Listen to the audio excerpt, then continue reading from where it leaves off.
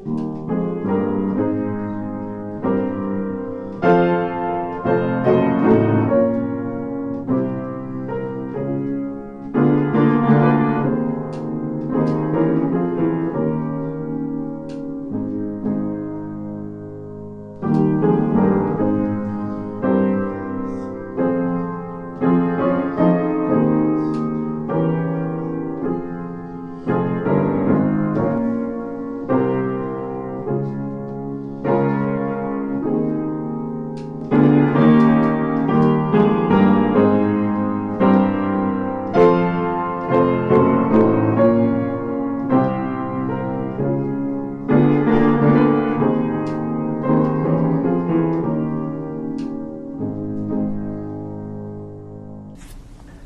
many who live here today, the city of Portland is an energetic, healthy place, promoting activism and diversity, and grassroots movements have found strong support here. However, Portland has not always been so welcoming, especially to the African American community, and Portland was long considered the most racist city west of the Mississippi. The Psu.Pdx.Civil.Rights.Project picks up where the documentary Local Color left off. It is a joint project between Portland State University and the University of Portland. These two have started compiling oral history interviews of members from Portland's African American community before their voices are gone forever. Many today think that Portland has always been a racially diverse and accepting community, but that has not always been the case. When I got here, Mrs. Smith lived on 21st and right off of Broadway. She bought a house there, and they actually burned a cross on her lawn. That was in 1963. You know, to let them know that she wasn't welcome. Yeah. That was the year after I got here. Well, the year that I got here. I remember that so vividly. To attend school at Reed as a freshman, it was pure cultural shock, because out of a campus of about 1,000 students, there were 17 African American freshmen, and then the upperclassmen were about 13 or 14. The blacks had a hard time supporting and sustaining and maintaining the family. And so when you can't do that, you miss out on educating your kids. You're too busy trying to make a living from KC in the morning, KC at night, you know? And so you then had public policy that was racist in its effect, that again had the effect of displacing a whole community of folk, displacing and dispersing. Post-World War II, urban renewal projects across the country focused on renewing and rehabilitating urban areas.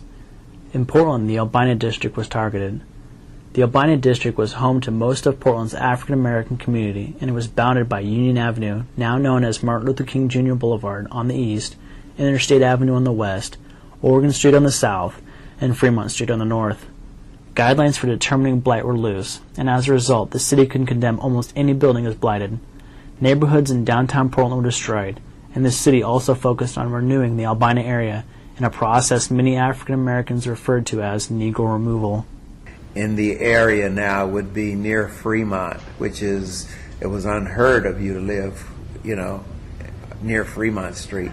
But all the way from Memorial Coliseum, if you go up the street, you won't find an African American family, you know, near Russell or Williams, all up there. Construction of the Memorial Coliseum began in 1955, destroying 476 homes, 224 of which were owned by non-whites. Even though Senator Gorley was a child at the time, she remembers the controversies surrounding the construction. Yeah, we were a little north of it, but very much aware that there was this huge change in the works.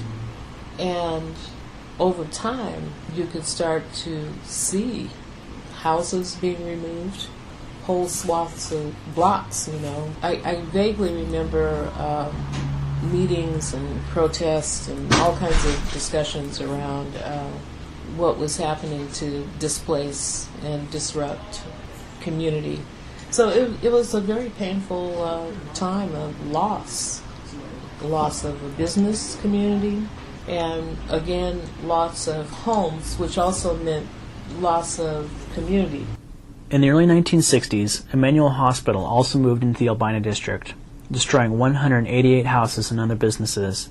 This essentially wiped out the heart of the community, forcing it to move to Union Avenue.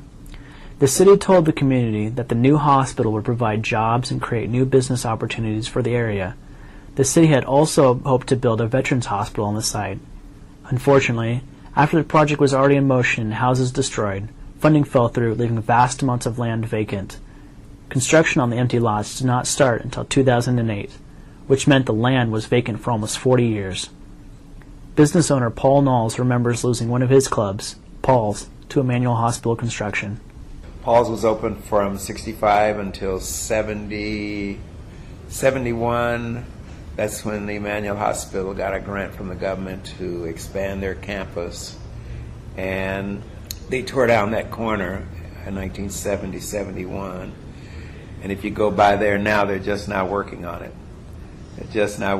So get all the blacks away from around our hospital. They bought up all the homes from everybody because only blacks lived in that area. Hospital's right here, and blacks live every place. Then Williams and Russell is here. All black businesses here. Dry cleaners, pool hall, restaurant, bar, a man's clothing store. A Jewish man had a clothing store, Lou's Man's Shop. Across the street, it's a little restaurant, Porter's Club, and they tore it all down. And like I said, if you go by there today, they're just not working on it. It looks like it's going to be a parking lot after all these years. The promised hospital jobs never materialized. A pattern of disinvestment by the city government that started in the post-war period continued with urban renewal in the 1950s and 1960s, steadily building resentment from the African American community. What I remember is the loss of businesses that were patronized heavily by a community of folk who lived in the community. Grocery stores, record shop, clubs, drugstore, real businesses that employed people that went away. And so you then had a public policy that was racist in its effect, that again had the effect of displacing a whole community of folk, displacing and dispersing. According to the 1960 census, African Americans made up about 4.2% of Portland's total population, and even though the Supreme Court outlawed restrictive housing covenants in 1948, realtors had managed to keep Albina as the de facto African American neighborhood. Paul Knowles recalls where most African Americans lived when he first arrived in Portland in 1963. It's because all the African Americans lived within just one area. Hardly anyone lived north of Fremont, which is, Fremont now is, it's 8 blocks up the street, and hardly any African Americans lived past there. They were all right in this area here around Emmanuel Hospital, Dawson Park, and through this area. Right. Redlining was a serious issue for African Americans interested in buying a home. Banks would redline neighborhoods, literally drawing a red line around specific neighborhoods on a map, and they would refuse to loan money for homes in the affected neighborhood. When Knowles tried to get a home loan for a house near his club, he encountered redlining firsthand. Yes, I remember when I wanted to buy a house. I own the nightclub right on 2125 North Vancouver. I wanted to buy a house over here because I thought that'd be great, own a house right here. And the banks would not loan me the house. The house was $12,000. I got a $50,000 business across the street, and they would not loan me money to buy that house. The house was on Vancouver Avenue, right across the street. And then I found out later that was that had been redlined. Job discrimination left many of Albina's African American residents impoverished, with roughly a third of the residents living below the federal guidelines for poverty. A survey in the early 1960s revealed that out of 500 companies in the Portland metro area that employed more than 50 people, only about 50 companies had actively sought out African American employees. When the founder of the Portland Black Panther Party, Kent Ford, arrived in Portland in 1961, he encountered a city rampant with segregation in housing, employment, and education. As Ford and other young adults searched for jobs in the community, this racial segregation became most apparent in whom businesses hired and how they treated their employees. He recounts some of the worst offenders. Because most of the businesses were extremely racist. The black employment was absolutely zero. And the NAACP, the Urban League, and all of them would approach him to hire blacks and stuff like that. Fred Myers swear for God, he would die before he hired black.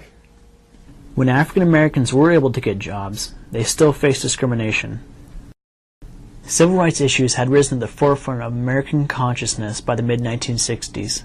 Integration battles in the South were mirrored by similar battles all over the country. In Portland, businesses still discriminated against minority customers, even though discrimination in public accommodations had been outlawed in 1953. Knowles recalls an incident at a local club. Yeah, you wouldn't go to, if you went to like Copper Penny, they didn't want you there, First thing you had to do is take your hat off, and then if you had to take your hat off, then you get inside, you might have to wait a long time and the Copper Penny is still there. A lot of blacks go there now. I don't go there because I remember the day, By the 1960s, the government was forced to step into civil rights issues. President Lyndon Johnson started the War on Poverty programs during the mid-1960s in order to address the structural inequalities that affected minorities all over the United States. One of his key programs was the Model Cities program, which encouraged grassroots activism within neighborhoods to address their specific problems. This was a bottom-up approach rather than the top-down method used by city governments and urban renewal projects. Model Cities was trying to tap into the grassroots civil rights movement that was already present. Many of these new social movements were born out of frustration with a system that had long kept certain groups of people oppressed. Including these grassroots movements were radical organizations focused on bringing change to the United States. Kent Ford remembers clearly of the feeling that came with the growth of the movement. That was the free speech movement and the anti-war movement, free hearing movement, civil rights movement. None of this actually come along to the 60s. You could pretty much feel that something was coming and something was going to happen. Riots exploded across the country during the late 1960s, especially in the wake of Reverend Martin Luther King Jr.'s assassination in 1968. King's murder was a shocking blow to Kent Ford's view of the traditional civil rights struggle. It was at this moment that he began to realize a new approach would be needed in the movement for equality in the United States. Well, my initial thoughts were, I said, well, nonviolence is dead. Let's just get the show on the road, The singing group, Sweetie Honey in the Rock. I said, let's move on and see what the end's going to be. Portland experienced several riots, including two in inner northeast Portland. In 1967, there was a small riot that started in Irving Park and spread into the nearby neighborhood, but Reverend O.B. Williams, a well-respected African-American minister, quickly diffused it. Portland did not have a riot following King's assassination, due in large part to local leadership, but the national riots did impact African-American businesses in Portland. In 1968, when Dr. King got killed, that's when the races separated. The whites didn't come anymore because the blacks were there. And the blacks didn't come in anymore because the whites were there. And that left me there with no business. Because, see, they had both been there having fun all those years, 63, 64, 65, 66, 67, 68, 68. That's what had happened. And so by the end of 69, I was able to sell the business because it wasn't going to come back because of the history. In 1969, tensions in Portland boiled over into a full-scale riot on Union Avenue, today's Martin Luther King Jr. Boulevard. A shooting of an African-American youth at the Lloyd Center Rose Festival was cited as a cause. Kent Ford was arrested in June of 1969 for allegedly inciting the Union Avenue riots. Law enforcement was a constant problem for African-Americans in Portland. A 1968 City Club report notes that the officers patrolling the Albino District were underqualified and there were many cases of police abuse. The Portland Police Department had discriminatory hiring practices, and there were very few minority police officers. The department also lacked a complaint system for people who had been victims of the Portland police. All of these factors contributed to a deep distrust of police by the African American community. As a result of his arrest, Ford decided to establish a chapter of the Black Panther Party in Portland. He explains the incident that happened during June of 1969 at Lidio's Drive-In on the corner of Union Avenue and Shaver Street with Portland police. But we were driving down MLK, right there on MLK and Union Avenue, and there was a commotion there at Lidio's, which is a burger joint, Italian restaurant kind of like, and so we got out to see what was going on, and then all along, hold on, I looked at this little kid in the back of the car, I knew his mother and everything, so I let him out the back of the police car and told him to run home. Well, they grabbed me and maced me and beat me, and then next thing I know, I got all these charges against me. I don't even know what I'm charged or what I've done. I said, well, you know, you can put me in jail for letting this kid jump out the car and run home. I said, he only lived a couple of blocks away. And I said, you guys might have took him home yourself, but I figured I know the kid, I knew his mother and everybody. I said, I let him out the car. I said, for releasing one of your prisoners or something, open the police car door. I said, how do you get a ride and inciting a ride out of this? And they're just trying to railroad me. After eventually being released on bail, Ford held a press conference on the steps of the police headquarters and declared the establishment of the Portland chapter of the Black Panther Party. The Panthers were entirely community-based, and therefore their organizing came from a grassroots level. And we just talked to them, like you and I are talking here, you know, do this, let's do this, let's do this, you know, let's spring something loose, you know, let's try to get jobs with better education and schools and health care, you know, stuff like this, you know. They be watching TV and they see all the demonstrations going on in the country, you know, around the United States, and they just prime and ready. And all we got to do is prime them, and they're ready to go, you know. None of that, you know, fly-by-night stuff and none of that knee-jerk stuff. Some of the biggest needs of the community addressed were child hunger and a lack of medical care, especially for sickle cell anemia. The Panthers decided to tackle these problems by providing free programs for all people that wanted help. These programs were named the Free Breakfast Program for Children, the Fred Hampton Medical Clinic, and the Malcolm X Dental Clinic.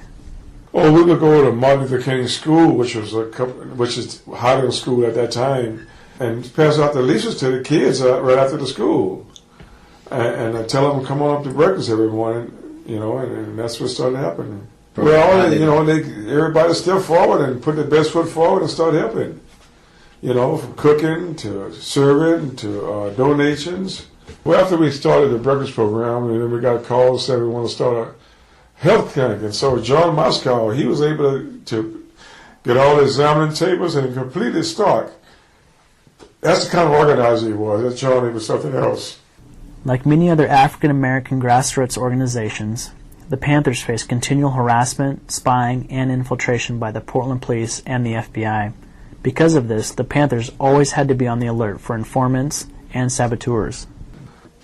You don't know who's out there from one minute to the next, who's being turned, you know, who's being used, you know. They know they can't get nobody within your ranks that you've been working with for years. They know that. They don't even try.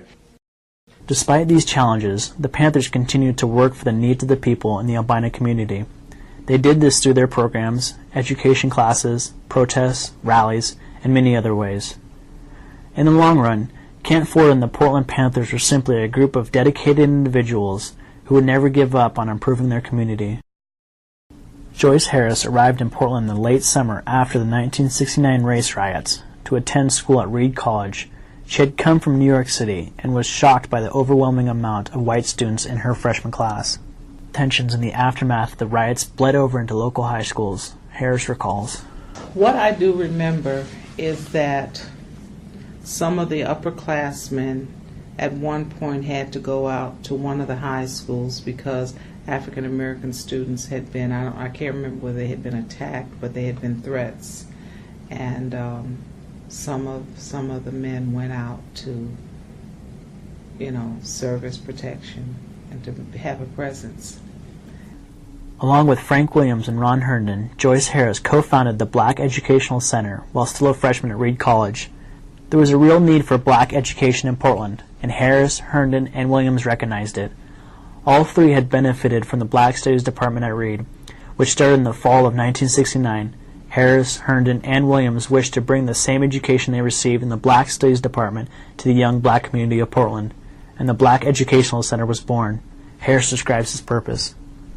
Once they explained to me what they wanted to do, which was to create an institution that could provide African American students with a knowledge of their history and culture, as well as try to improve their academics, I was sold. Eventually moving from a summer program to a private school, Harris said that students often exceeded their peers in the public school system. And I think with the Black Educational Center, for me, and for Ronnie as well, we wanted to make sure that we provided the best that we could provide for our community. Because often people, sometimes they will do enough to get by, but that wasn't good enough for us. So we put in the time, we put in the hours, the commitment, and we demanded that of everybody around us. The impact of the BEC would be long-lasting, and while Harris moved on from the Black Educational Center and it has long since closed down, it remains a vital part of her past. Harris remembers the impact the center had. When you look around and you see people, you see young people who are now adults, who have children, who stop you and say, yeah, I remember some of the things you all used to do with us, and I'm doing that with my daughter, and I'm doing that with my son. It makes you feel good. I think that when I look back on the history of the education of African Americans in Portland, I think I can honestly say that the Black Educational Center made a mark, and that we provided the model, or a model, that was very successful of education that was conceptualized and implemented by African Americans. And it can be done again. I know that to be true. In the 1970s, there were still significant grassroots organizations working to improve conditions for African Americans in Portland. The Black United Front, founded by Ron Herndon and Reverend John Jackson in 1979, focused on two key issues. First, they were active in combating police brutality, which was an extremely serious issue in Portland. In 1975 alone, there were instances involving a 10-year-old boy and several adults, and another African-American male was killed in a routine traffic stop. Senator Gordley recalls the situation. And it was the Black United Front that took on the police brutality issue directly and took it on in a leadership role. And there was a huge concern. There was a lot of fear around being stopped by the police. At the time, I don't know that we called it racial profiling at the time, but people definitely felt targeted, and particularly African American males. And you had mothers of sons, and I was one of them, who are very fearful for their young men. That they get into some kind of something out there and wind up being killed, shot, beat up, or whatever by the police. The second issue was improving inner Northeast neighborhood schools. For decades, the Portland School Board had decided that they would rather scatter African American students to schools all over Portland than invest the money and effort necessary to fixing predominantly African American schools.